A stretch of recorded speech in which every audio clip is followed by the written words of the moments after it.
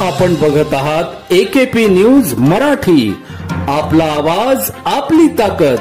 Subscribe करा, share करा, like करा.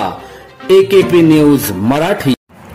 नाशिक पोलीस आयुक्तालयातील उपनगर पोलीस ठाणे हद्दीत राहणारा 18 वर्षीय अरमान मुनव्वर शेख या युवकाची 7 मे रोजी रात्री 11:30 वाजेच्या सुमारास 6 ते 7 जणांच्या टोळक्याने कोयत्याने वार करत हत्या केली. जुन्या भांडणाची कुरापतीतून सदर हत्या झाल्याचे समजते. अरमान मुनव्वर शेख हा देवळली गाव नजीक सुंदरनगर येथे राहत होता.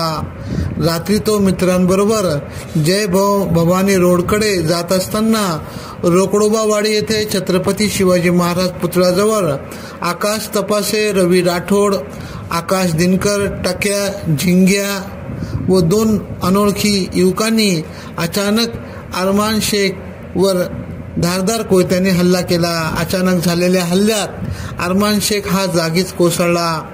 स्थानिक नागरिकांनी उपचारासाठी हिंदू हृदय सम्राट बाळासाहेब ठाकरे रुग्णालयात दाखल केले असता त्यास वैद्यकीय अधिकाऱ्यांनी मृत्यू घोषित केले. हत्येची माहिती मिळताच पोलीस उपायुक्त मोनिका राऊत, सहाय्यक पोलीस आयुक्त सचिन बारी, उपनगर पोलीस ठाण्याचे वरिष्ठ पोलीस निरीक्षक जितेंद्र सपकाळे, गुन्हे शोध पथकाचे API सचिन चौधरी हे आपल्या पोलीस कर्मचाऱ्यांबरोबर घटनास्थळी पोहोचले. त्यानंतर ते रुग्णालयात पोहोचले.